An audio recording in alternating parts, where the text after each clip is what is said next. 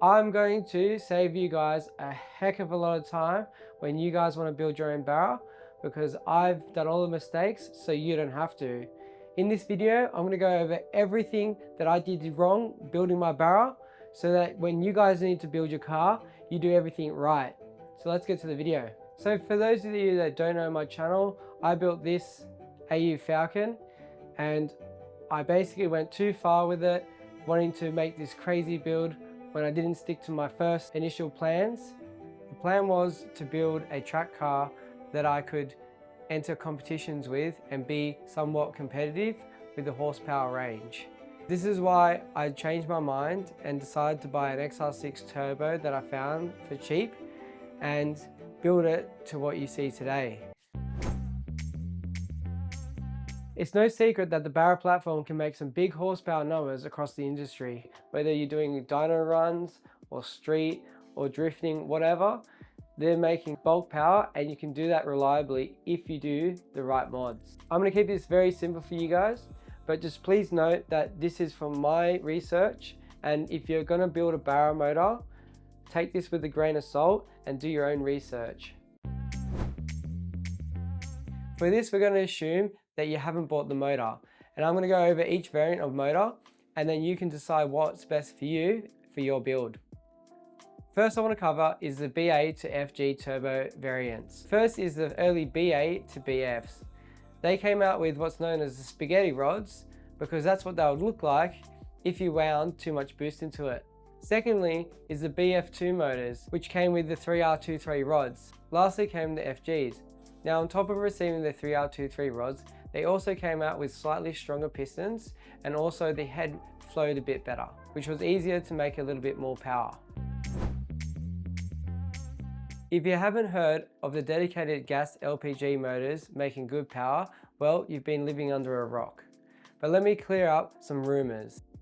There are a lot of rumors stating that the gas motors were stronger, and some people saying that they even had factory semi-forged or forged internals. Well, rumors are rumors. And yes, there is some truth to it, but unfortunately they didn't come out with semi-forged or forged internals. But what they did have was the 3R23 rods. Don't get that confused with the turbo BF2 models with their 3R23 rods or the FGs. The gas motors came out with a thinner gudgeon pin and the piston was a press fit.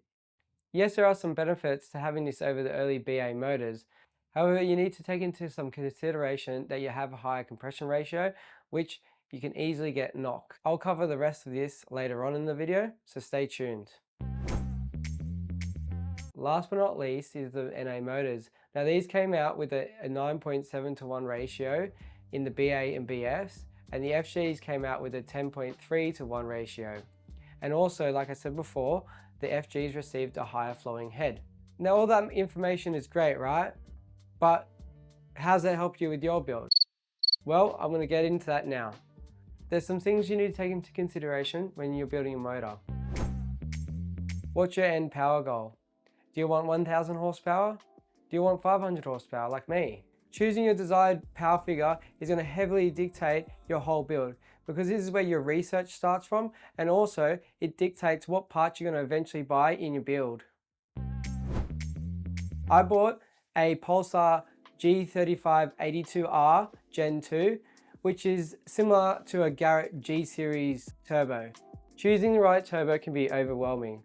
Now in the case for me, I looked at the compressor maps and I learned how to read the compressor maps, and that's how I chose the turbo that I chose. Now if I had infinite money, I probably would have just went straight for a Garrett, but I'm on a budget.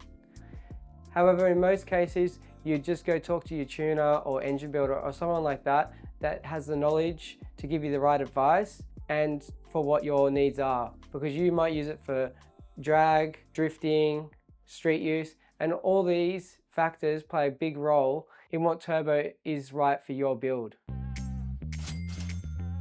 What's your budget?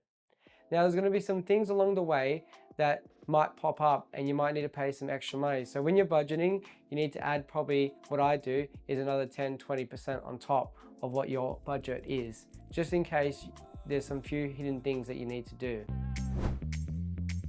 Now when it comes to building a motor yourself, you obviously need the tools to do it. A motor is not something that you just want to wing. You need to do everything by the book.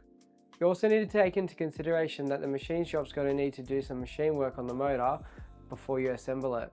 So in most cases, you might as well get the machine shop to complete the whole motor because it's not too expensive to get them to assemble it.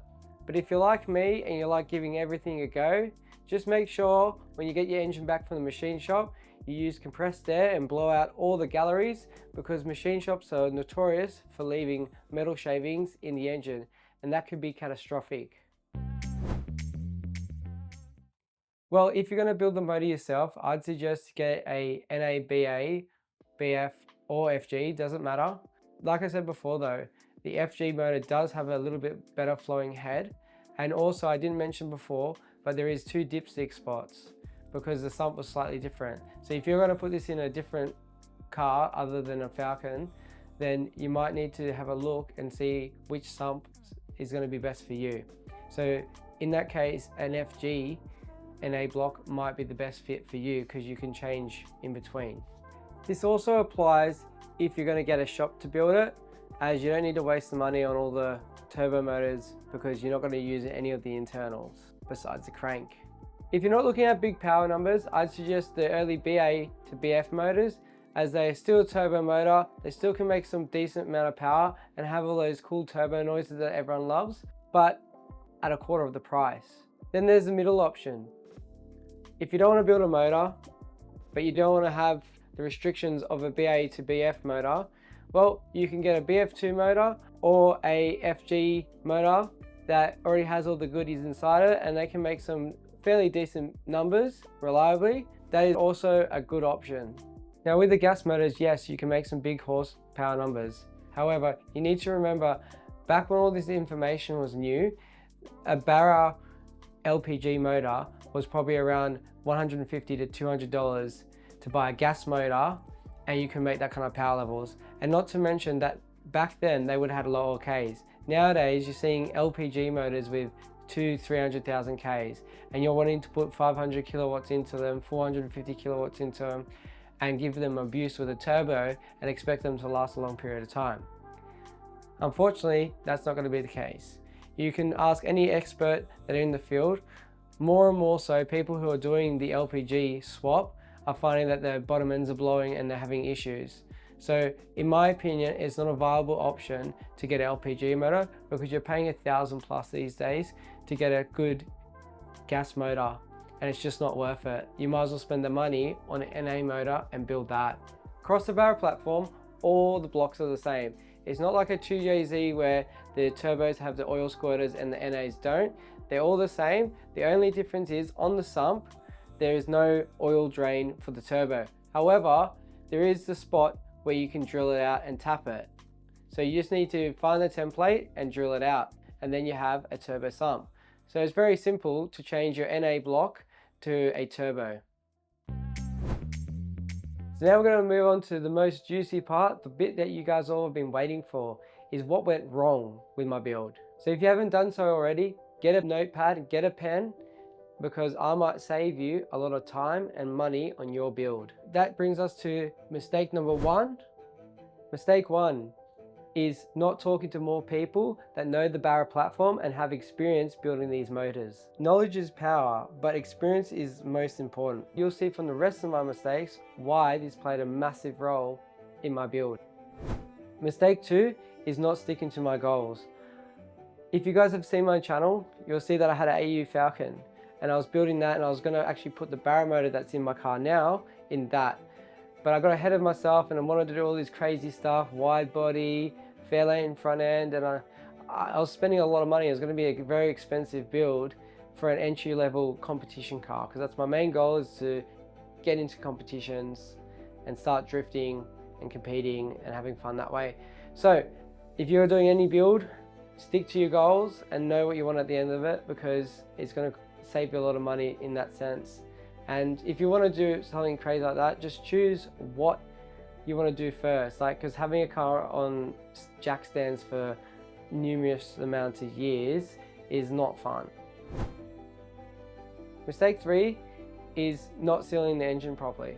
Now this was my first motor that I've disassembled and reassembled, and I did everything by the Falcon book. I read it and did everything that they said. However, I ignored the knowledge that I've seen on forums and Facebook pages where they say with the rear sump ears there's a half moon. You meant to silicone that whole part, and I didn't do that as I went off the Falcon book and it leaked. Don't be mistaken, this is not me regretting building the motor. I would never take that back. And if I've built this motor and the worst thing that's happened is a slight oil leak, well, I think I've done a good thing because the motor hasn't blown up.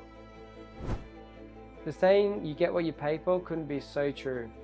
I bought a ProFlow intake manifold and regret it. It requires so much custom work and money to make it work. Mistake 5 was engine choice. And now I'm not talking about the Barra platform in whole, it was just what Barra variant I chose. My motor has spaghetti rods. I bought a BF Series 1 XR6 turbo motor at the peak of COVID for a ridiculous price. And for that money, I could have done a lot more. I would have talked to more people that know this platform, and it would have resulted in me actually achieving my 500 kilowatt or 480 kilowatt target. Mistake 2, I would have bought a B Series Falcon from the start. Mistake 3, I'll never regret building my Falcon. However, it ties into mistake 1. If I had the proper research done and spoke to people who have built this motor before, I would have had the knowledge to seal the motor properly. It's not a big deal and I do not regret it. However, that was a mistake nonetheless. Mistake 4 was choosing the wrong intake manifold. Now you can use the stock intake manifolds, however, I just don't like the look of them when you put metal piping over it as such. So if you're going to choose a forward-facing plenum, do your research and see what other people have done, because I chose a ProFlow and I had to do all these other mods to get it to work, where if I chose a slightly more expensive one, like a Plasma Man intake, I wouldn't have had to change a thing. Mistake 5 is the engine selection. So originally, if I had my time back, like I said, I would have bought a B Series Falcon, but let's just say I didn't, and I was building a motor from the ground up, what would I choose? If I was just to buy the motor and my goal was to turbo it and get some good power out of it, I would have chosen an NA FG one or a B Series.